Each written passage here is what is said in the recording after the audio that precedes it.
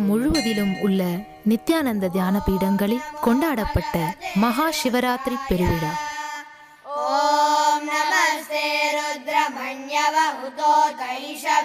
வாழும் அவதார புருஷர் பரமஹம்ச நித்யானந்தர் மகா சிவராத்திரி திருநாளன்று ஸ்ரீ நித்யானந்தேஸ்வரர் ஆலயத்தில் கொடியேற்றி வைத்து மகா சிவராத்திரி விழாவை துவக்கி வைத்தார்.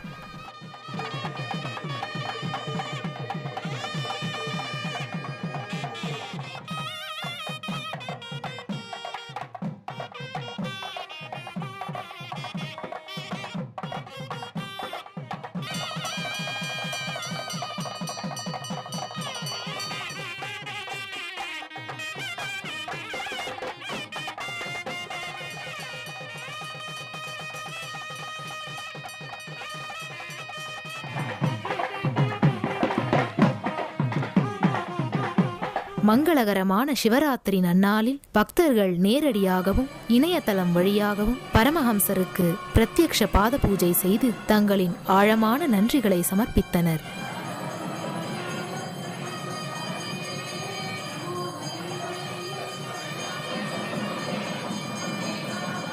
மாலை மகா சிவராத்திரி பெருவிழாவை முன்னிட்டு சாதகப் பறவைகள் சோலார் சாய் குழுவினர் மற்றும் திருமதி கோவை கமலா ஆகியோர் இணைந்து வழங்கிய பக்தி இசை நிகழ்ச்சி பரமஹம்சர் அருளிய மகா சிவராத்திரி தின சிறப்பு தியான சத்சங்கம்.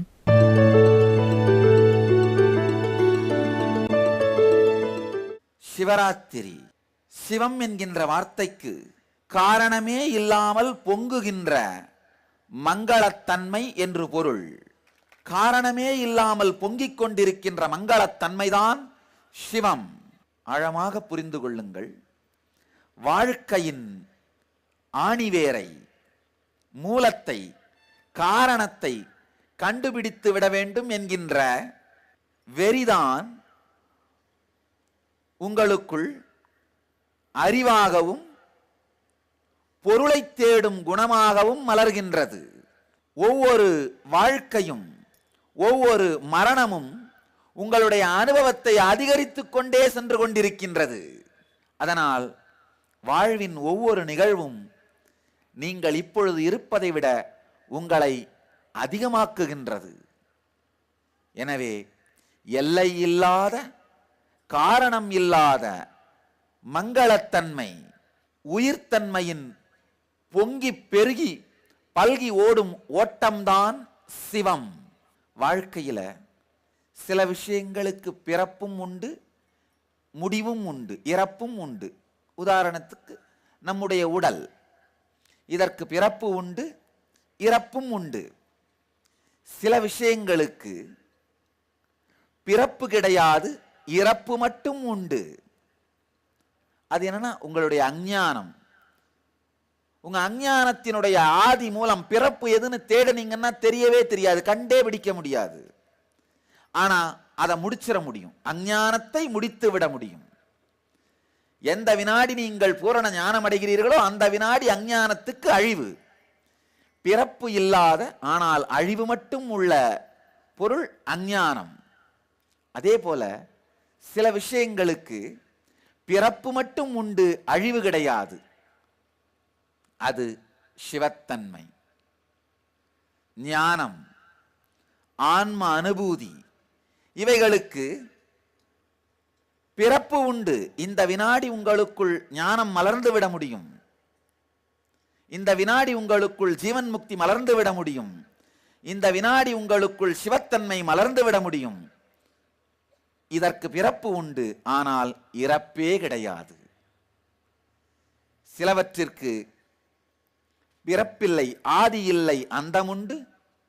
சிலவற்றிற்கு ஆதியும் உண்டு, அந்தமும் உண்டு. சிவத்திற்கோ ஆதி மட்டும் உண்டு, அந்தம் இல்லாதது. நம் எல்லோருக்குள்ளும் சிவத்தன்மை மலருவதற்கான சாத்திய கூறுதான் இந்த சிவராத்திரி.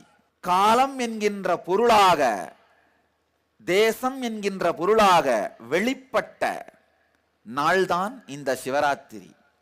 அதனால் நம்முடைய வேத பாரம்பரியத்தின்படி நம்முடைய காலமே சிவராத்திரியிலிருந்து தான் துவங்குகின்றது.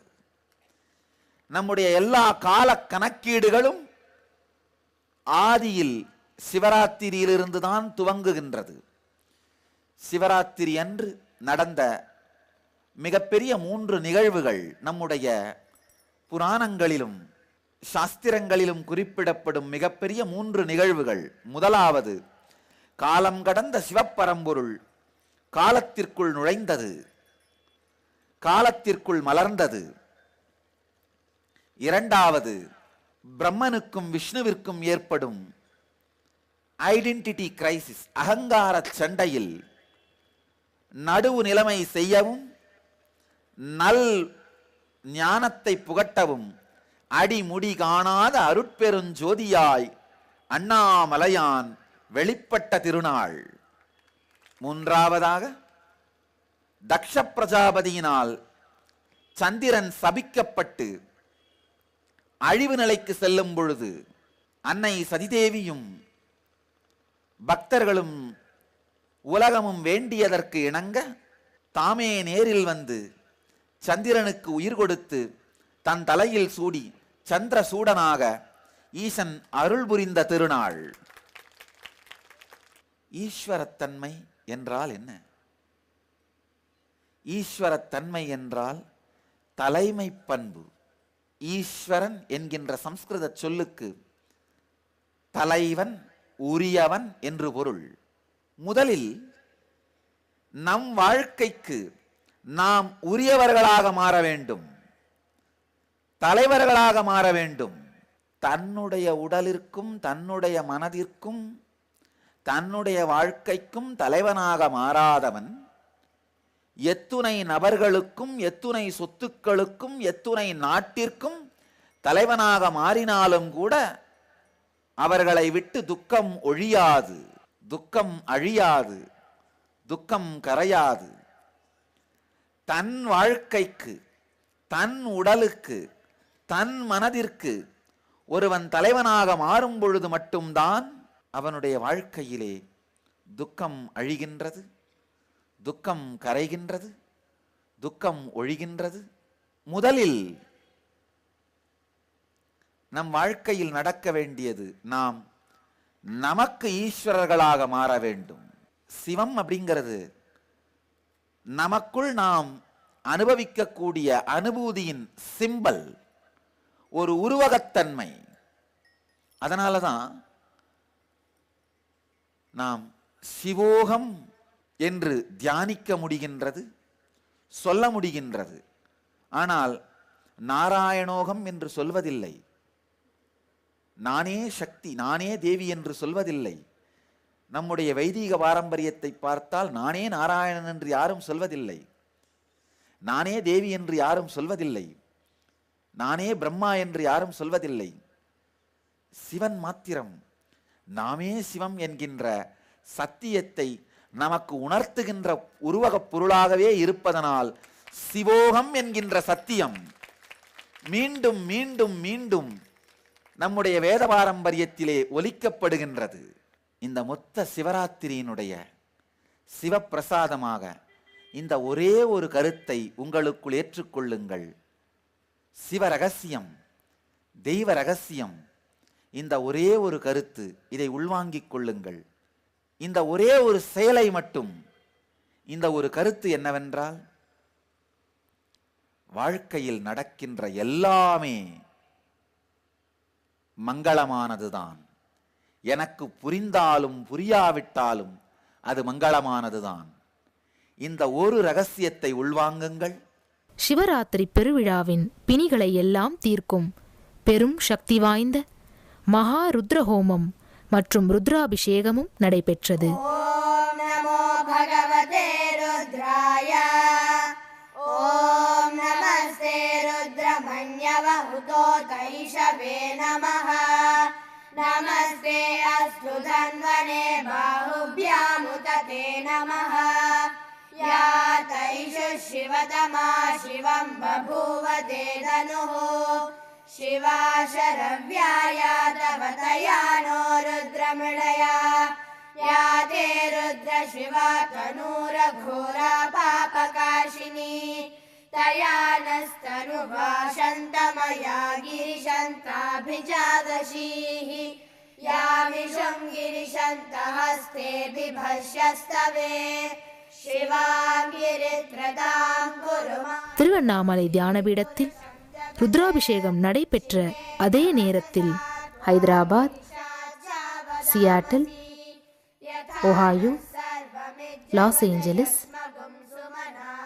மலேசியா, டொரண்டோ, குவாடிலூர் என்று உலகம் முழுவதிலும் உள்ள நித்யானந்த தியானபீட ஆசிரமங்களில் உள்ள சிவலிங்கங்களுக்கும் அபிஷேகம் நடைபெற்றது. மற்றும் வாழ்வில் எல்லா வளங்களையும் தரும் சக்தி வாய்ந்த சிவகுண்டலினி தியானம்.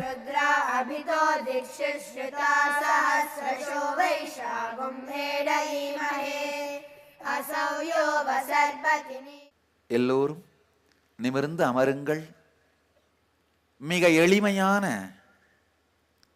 சாதாரணமான சுவாச முறை பிராணாயாமத்தின் மூலமாக உங்களை இந்த கிரியைக்காக, தியானத்திற்காக தயார்படுத்துங்கள். இந்த எளிமையான கிரியை புரிந்து கொள்ளுங்கள்.